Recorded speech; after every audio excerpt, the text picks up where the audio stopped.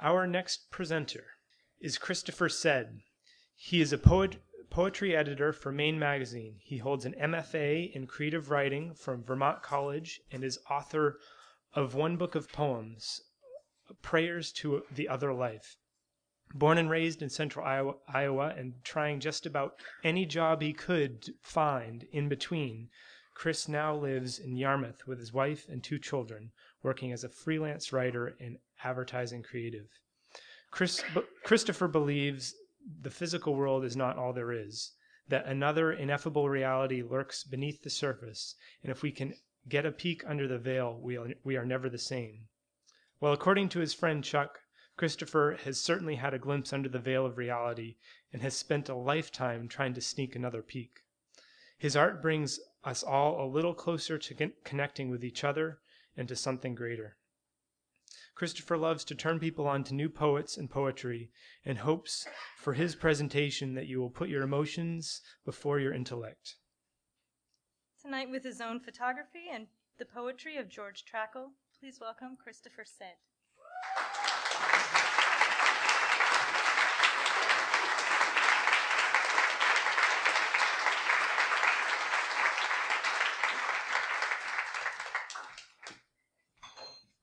See if I can pull this off.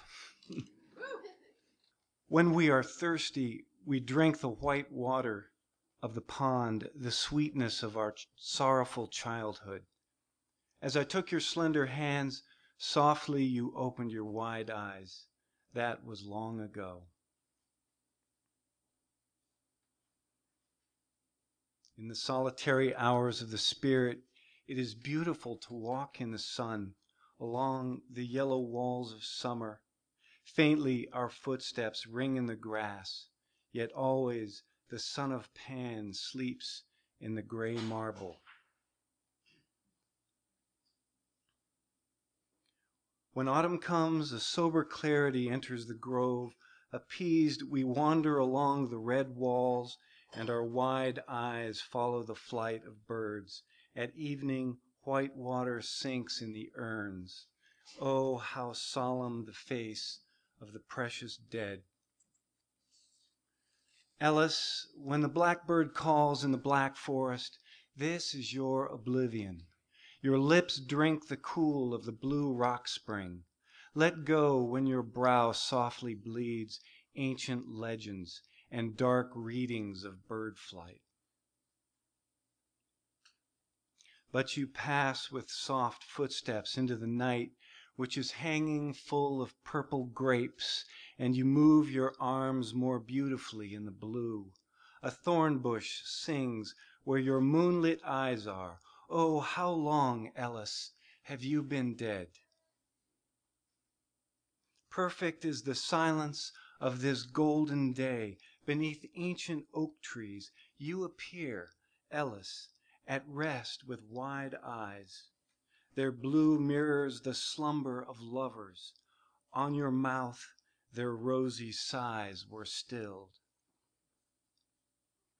Shepherds buried the sun in the naked forest. With a net of hair, a fisherman hauled the moon from the icy pond.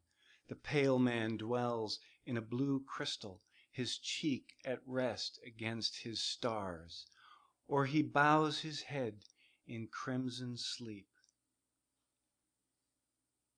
But the black flight of birds always touches the watcher, the holiness of blue flowers. Again the brow turns night in moonlit stone. A radiant youth, the sister appears in autumn and black corruption. Oh, the black angel who stepped softly from inside the tree when we were gentle playmates in the evening at the edge of the bluish fountain. Peaceful was our footstep, our eyes wide in the brown coolness of autumn. Oh, the crimson sweetness of the stars. The hour came when we saw shadows in the crimson sun, shadows of decay in the naked branches. Evening, when the blackbird sang beside the dusky walls, the spirit of one dead young appeared silently in the chamber. Oh, the blood which flows from the throat of the singer, the blossom, oh, the fiery tears wept into the night. Golden cloud and time, in a lonely chamber, often you invite the dead one for a visit. On a black cloud you sail, drunk with the poppy, the nocturnal pond, the starry sky. The lunar voice of the sister rings forever through the spiritual night.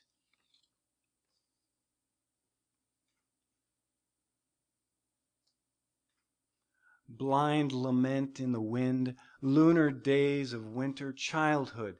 The footsteps fade softly along the black hedge, the long knell of evening. Softly the white night drifts in.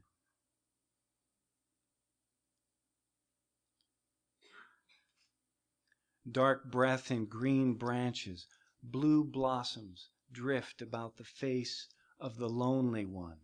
The golden footstep dying beneath the olive tree.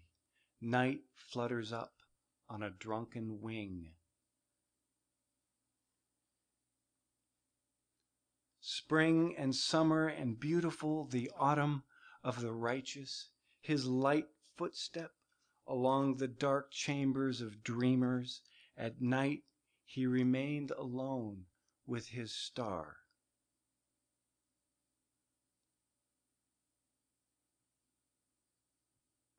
Along autumnal walls, there shadows seek the ringing gold upon the hill, the evening cloud grazing in the peace of withered sycamore.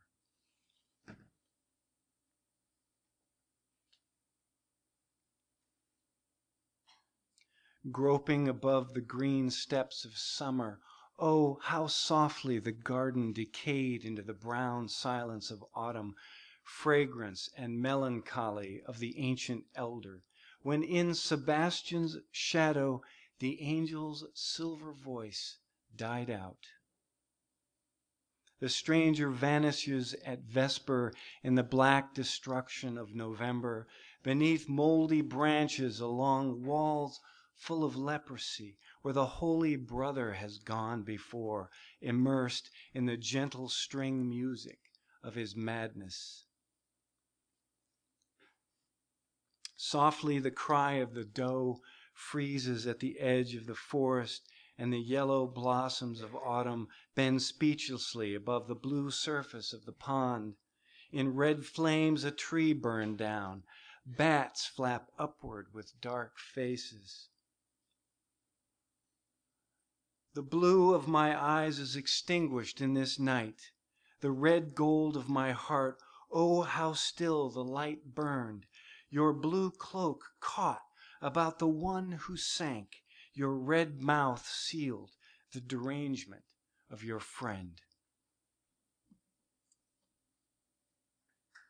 Thank you.